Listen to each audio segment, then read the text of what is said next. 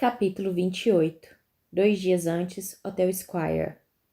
Mick levou Sidney de volta para o quarto e fechou a porta depois que ela entrou.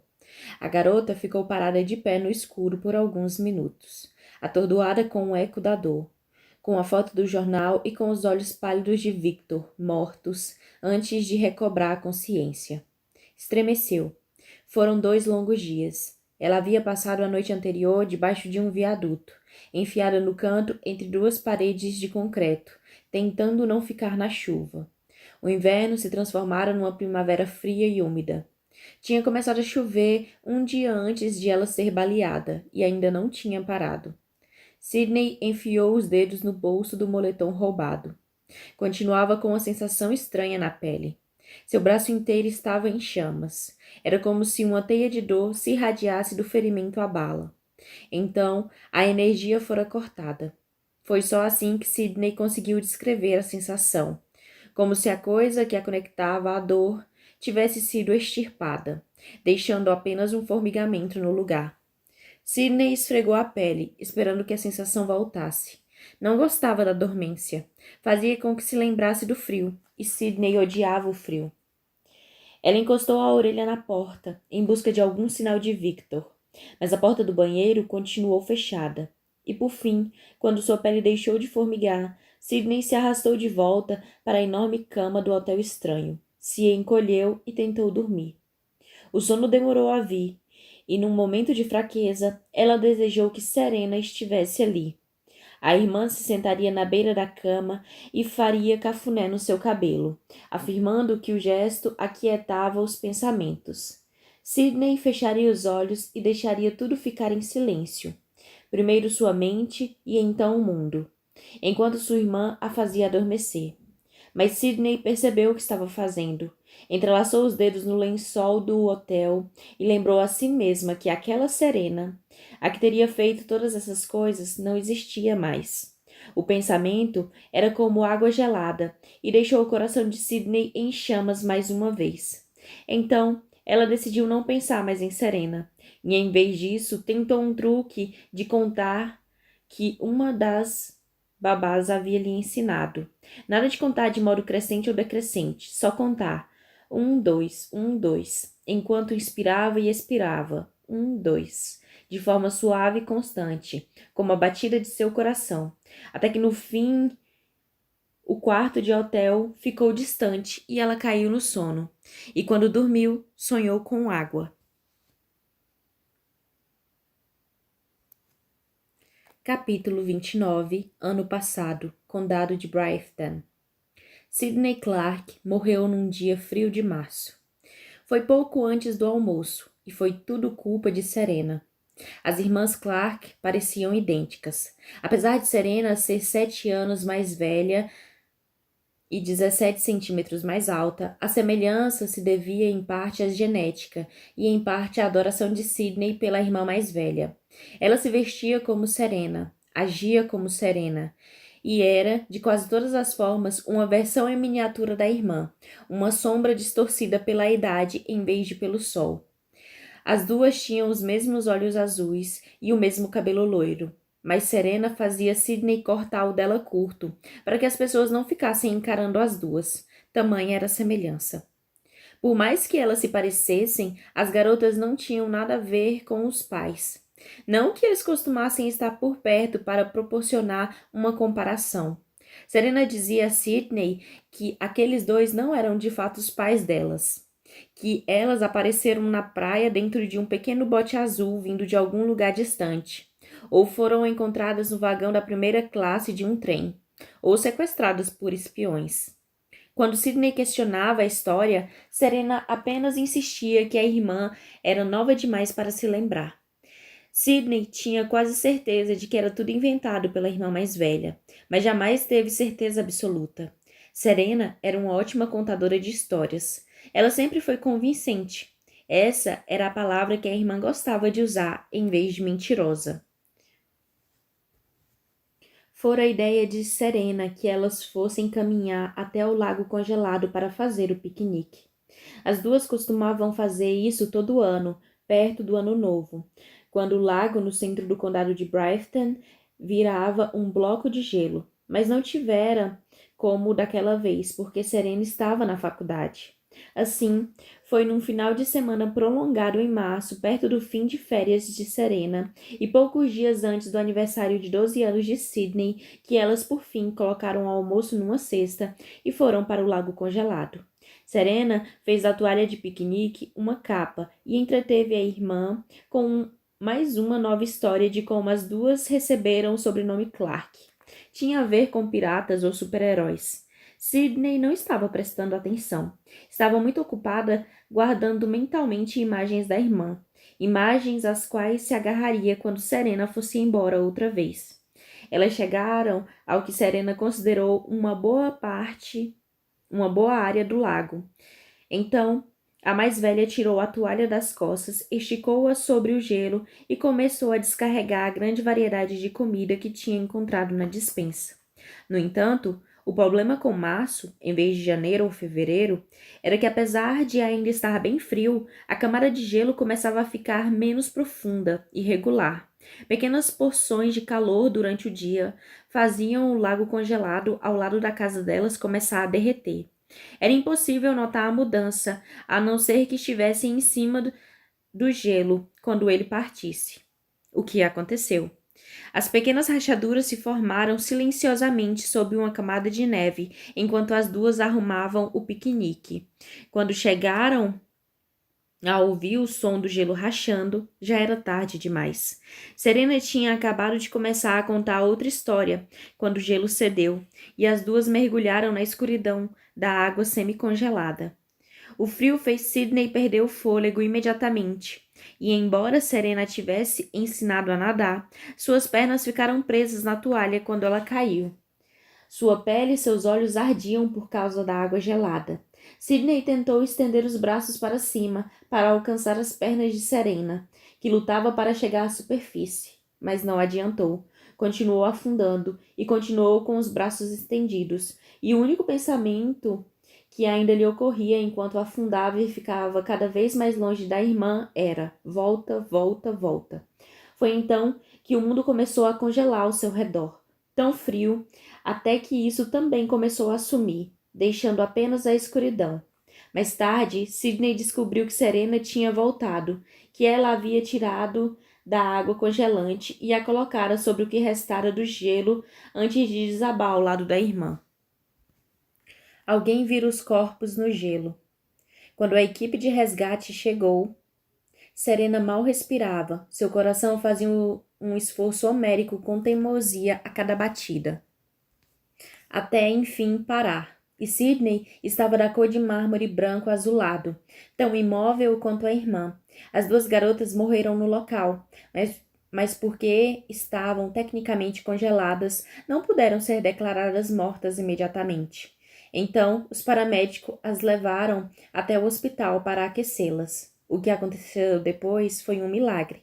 As irmãs voltaram à vida. Os batimentos recomeçaram. Elas respiravam uma vez, depois outra, o que na verdade é a essência de estar vivo. E acordaram, se sentaram e falaram. Estavam, para todos os aspectos, vivas. Havia apenas um problema. O corpo de Sidney não esquentava. Ela estava se sentindo bem, mais ou menos. Porém, sua pulsação estava muito lenta e sua temperatura muito baixa. Ouviu dois médicos dizerem que, com aqueles níveis, ela deveria estar em coma. Por isso, foi considerada frágil demais para deixar o hospital. Já Serena era outra questão. Sidney achou que a irmã estava agindo de um jeito estranho, ainda mais temperamental que o normal.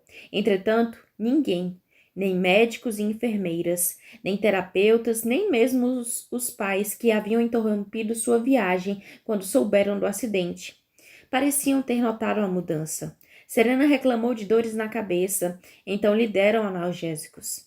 Ela reclamou do hospital, então a deixaram partir. Simples assim. Sidney entreouvira os médicos falando da saúde da irmã. No entanto, quando ela se levantou e disse que queria ir embora, simplesmente abriram caminho e deixaram-na passar. Serena sempre havia conseguido o que queria, mas não desse jeito. Nunca sem precisar brigar por isso.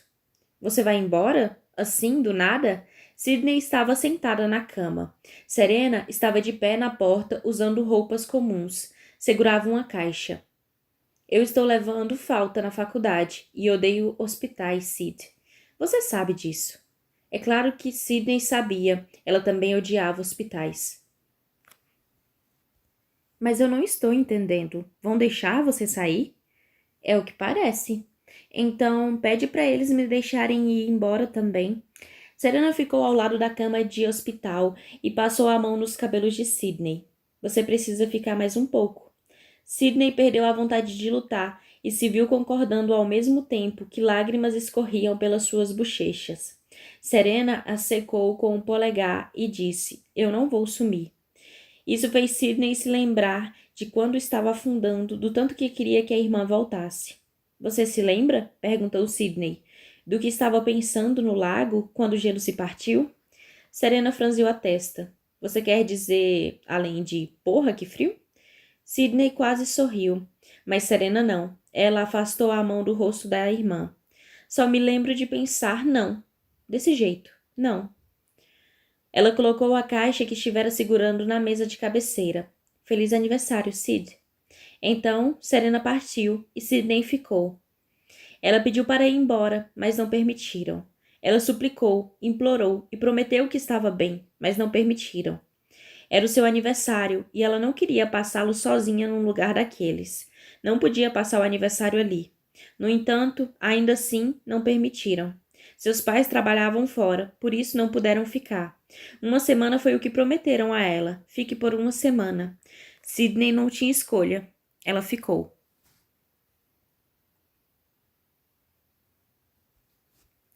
Sidney odiava as noites no hospital. O andar inteiro ficava silencioso demais, tranquilo demais. Era o único momento em que ela entrava em pânico. Um medo irracional de que nunca mais fosse sair dali, de que nunca mais voltaria para casa. Seria esquecida no hospital, vestiria as mesmas roupas claras que todos os outros, iria se misturar a pacientes, enfermeiras e paredes, e sua família estaria no mundo lá fora, enquanto ela desapareceria feito uma lembrança. Feito uma camisa colorida lavada, vezes demais. Como se Serena soubesse exatamente do que ela precisava. A caixa do lado da cama de Sidney continha um lenço roxo. Era de uma cor mais vibrante que qualquer coisa que tinha em sua maleta. Ela se agarrou ao lenço, enrolou-o no pescoço, mesmo sem estar com muito frio. Bem, de acordo com os médicos, ela estava, mas não sentia frio. E começou a passear. Caminhou pela ala do hospital e adorava quando as enfermeiras repousavam os olhos nela. Elas a viam, mas não a impediam. E isso fazia Sidney se sentir como Serena, capaz de abrir o mar em dois. Depois de percorrer o andar inteiro 3 vezes, subiu as escadas até o andar de cima. Era de um tom diferente de bege. A mudança era tão sutil que visitantes jamais a perceberiam. Mas Sidney havia passado tanto tempo olhando para as paredes do seu andar, que seria capaz de distinguir uma lasca de tinta de uma daquelas paredes no meio de 10.000 cores e 200 tons de branco. As pessoas neste andar estavam mais doentes. Sidney percebeu pelo cheiro, antes mesmo de ouvir a tosse ou ver a maca sendo empurrada de um dos quartos. Vazia, exceto por um lenço comprido. Tinha um cheiro forte de desinfetante. Alguém gritou de um quarto no fim do corredor, e a enfermeira que empurrava a maca parou, deixando-a no meio do caminho e correu até a porta de onde o som tinha vindo. Sidney a seguiu para descobrir o motivo daquele estardalhaço. Havia um homem nada feliz no quarto, mas ela não conseguia entender por quê. Sidney ficou parada no corredor e tentou ver alguma coisa, mas fecharam a cortina no quarto, dividindo-o ao meio e escondendo o sujeito que gritava. Além disso, a maca estava impedindo sua passagem. Ela se inclinou por cima da maca só um pouco e estremeceu. O lençol que ela tocava tinha sido posto ali para cobrir alguma coisa, um corpo. E quando encostou no corpo, ele fez um movimento mínimo. Sidney deu um pulo para trás e cobriu a boca para sufocar o grito. Grudado na parede bege, seus olhos foram das enfermeiras no quarto do paciente para o corpo debaixo do lençol na maca. Ele se mexeu uma segunda vez. Sidney cobriu as mãos com as pontas do lenço roxo. Ela se sentia congelada de novo, mas de um jeito diferente. Não era a água do lago, era medo. O que você está fazendo aqui? Perguntou um enfermeiro num tom lisonjeiro. Sidney não sabia o que dizer, por isso simplesmente apontou. A enfermeira a pegou pelo pulso e começou a levá-la pelo corredor. Não, disse Sidney por fim. Olha! A enfermeira suspirou e olhou para o lençol, que se mexia mais uma vez. A enfermeira gritou. Colocaram Sidney na terapia. Os médicos disseram que era para ajudá-la a superar o trauma de ter visto um cadáver, embora não tivesse chegado a vê-lo. E Sidney teria protestado, mas depois da visita sem supervisão ao andar de cima, havia ficado confinada ao próprio quarto e não tinha outro jeito de passar o tempo. Por isso, acabou aceitando. Entretanto, se absteve de contar que havia tocado o corpo um momento antes de ele voltar à vida. Eles chamaram a recuperação do sujeito de milagre. Sidney riu, principalmente porque tinha sido assim que chamaram a recuperação dela. Ficou se perguntando se por acaso alguém também havia tocado nela sem querer. Depois de uma semana, a temperatura corporal de Sidney ainda não tinha subido, mas sobre outros aspectos ela parecia estável e os médicos enfim concordaram em lhe dar alta no dia seguinte. Naquela noite, Sidney saiu de fininho do quarto do hospital e foi até o necrotério, para ter certeza de que o que tinha acontecido no corredor havia sido mesmo um milagre, um acidente, um golpe de sorte, ou se ela de alguma forma teve algo a ver com aquilo. Meia hora depois, Sidney saiu correndo do necrotério, completamente enjoada e suja de sangue seco, mas com sua hipótese confirmada. Sidney Clark podia ressuscitar os mortos.